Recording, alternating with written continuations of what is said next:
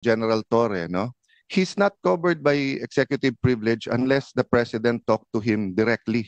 Supreme Court ruling, you cannot use executive privilege if ang pinag-uusapan may crime ba o wala, or if it's to cover up a crime. At pag nag-issue tayo ng subpoena at hindi siya mag-attend at kinontempt natin, pwede bang ang utusang kong hulihin si General Torre ay si General Torre?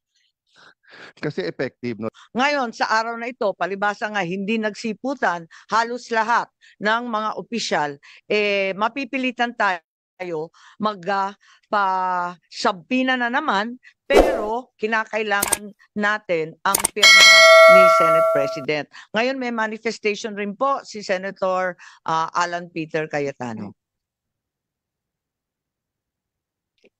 Good morning, Madam Chair. Sa ating colleagues, kay Senator Bato, Senator Bongo, Mista, magandang umaga sa inyong lahat. Well, syempre po, nalulungkot po ako na para tayong pumunta ng birthday party, walang dumating na bisita. But unlike a party, you can celebrate naman with your closest friends, family. Pero dito po sa hearing, I think we can still be productive, but ayoko naman, Madam Chair, na pagalitan yung present dahil maraming absent. So may I take the opportunity to thank very much Attorney Alexis Medina,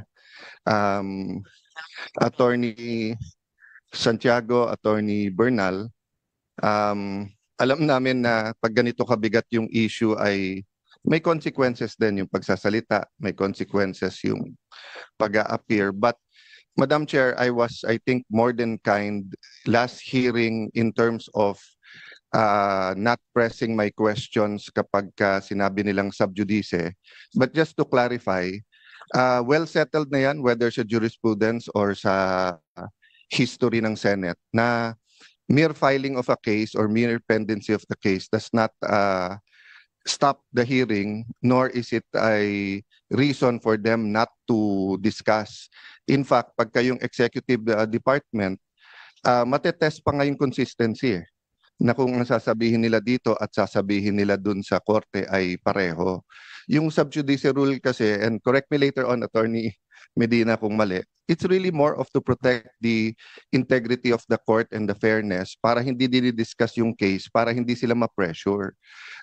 Yung sub judice rule is not meant para yung kung may inconsistency sa ibang bodies, sa SEC, quasi-judicial bodies, or dito sa Congress or sa Senate.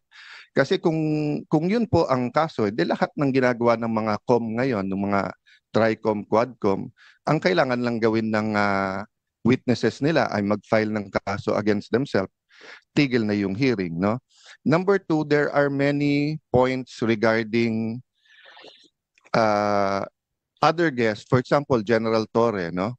He's not covered by executive privilege unless the president talked to him directly. Ang executive privilege, pagkaalam ko, kasi kasama po ako doon, ako po nag-chair nung investigation sa ZTE nung na-discuss po itong mga issues na to at na-bring up for the first time in, at least in a recent history, yung executive privilege. Ang purpose ng executive privilege, pareho din ng purpose nung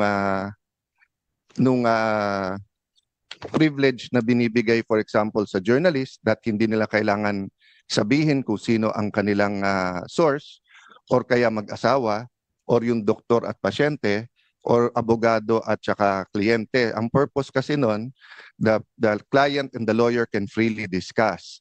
Ganun din, ang doctor at saka pasyente can freely discuss kasi they will not be compelled to testify, no?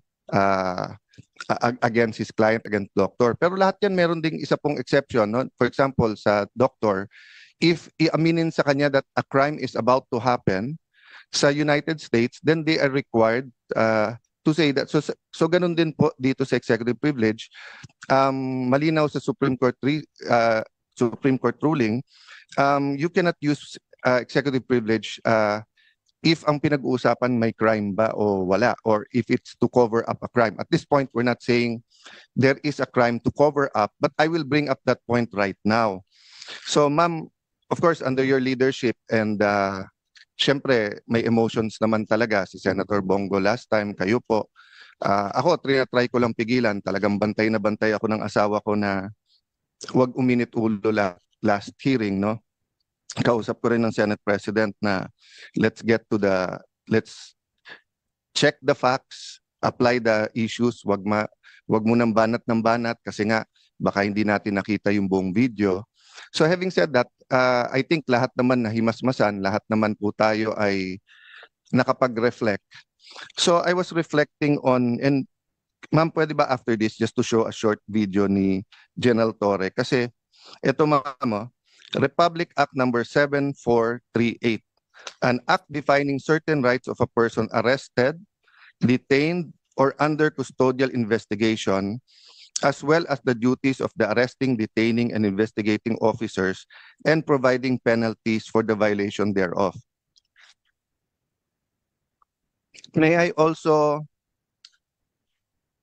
akin to court na pagkawala po o hindi pinayagan yung ebidensyang i-offer,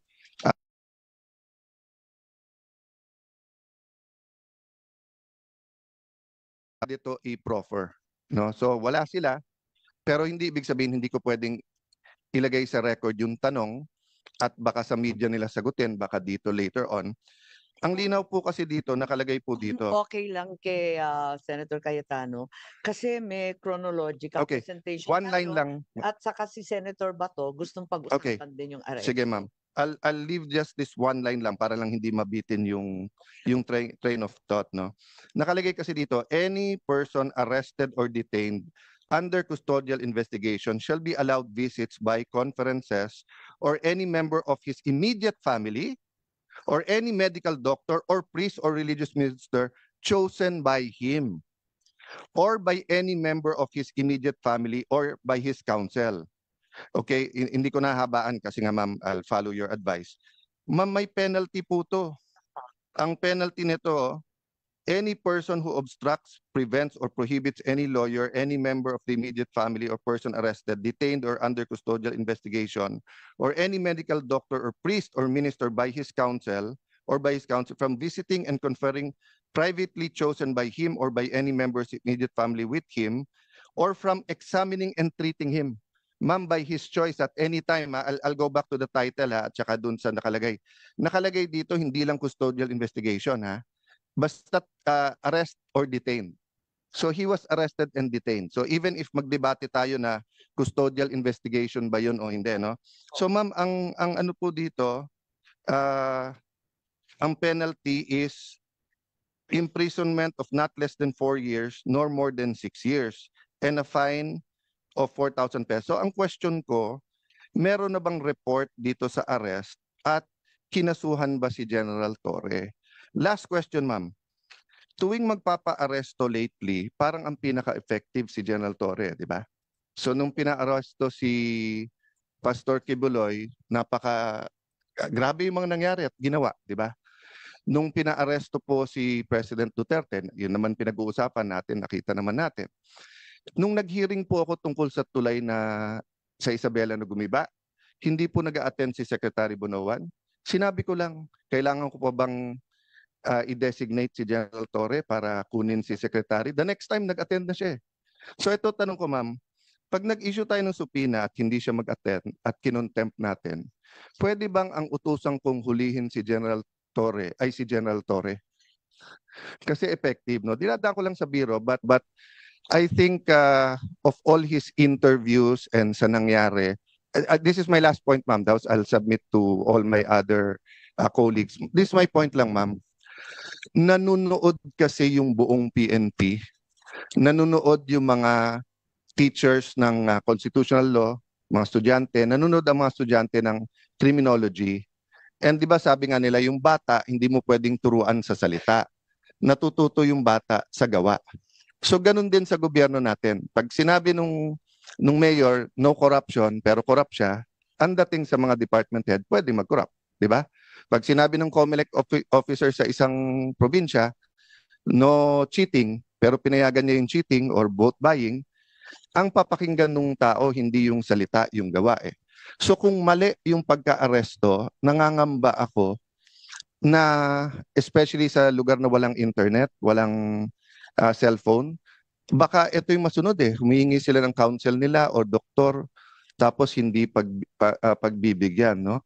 And then the last point doon, ma'am, is that um, bakit kapag ka lower rank, meron pong isang vlogger, di ba, na PNP, na nagsorry na kaya parang okay, pero hinuli, tapos kakasuhan.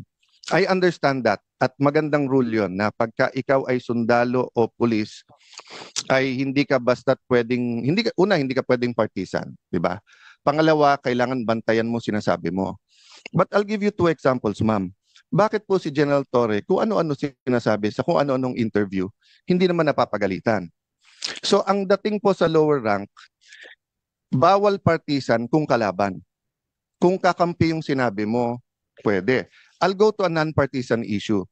And I respect this person very much. I think he's one of the best chief of staff, personal friend, etc. Kaya lang, as a former secretary of the DFA, I have to mention this, no? When the AFP chief of staff said, prepare kasi madadamay tayo kapag ka-invade yung Taiwan, tayo po ay may one China policy. Ano po ang magiging reaction natin nung sa Marawi siege kung sinabi ng China, prepare kasi pag sinugod nila yung Marawi kapag nilabanan nila yung secession sa Mindanao, mai-involve tayo.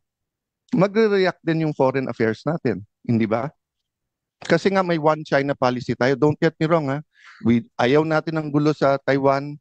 Nakikisimpet tayo sa democracy ng Taiwan. We want them to coexist with mainland China. But having said that, we have to be sensitive.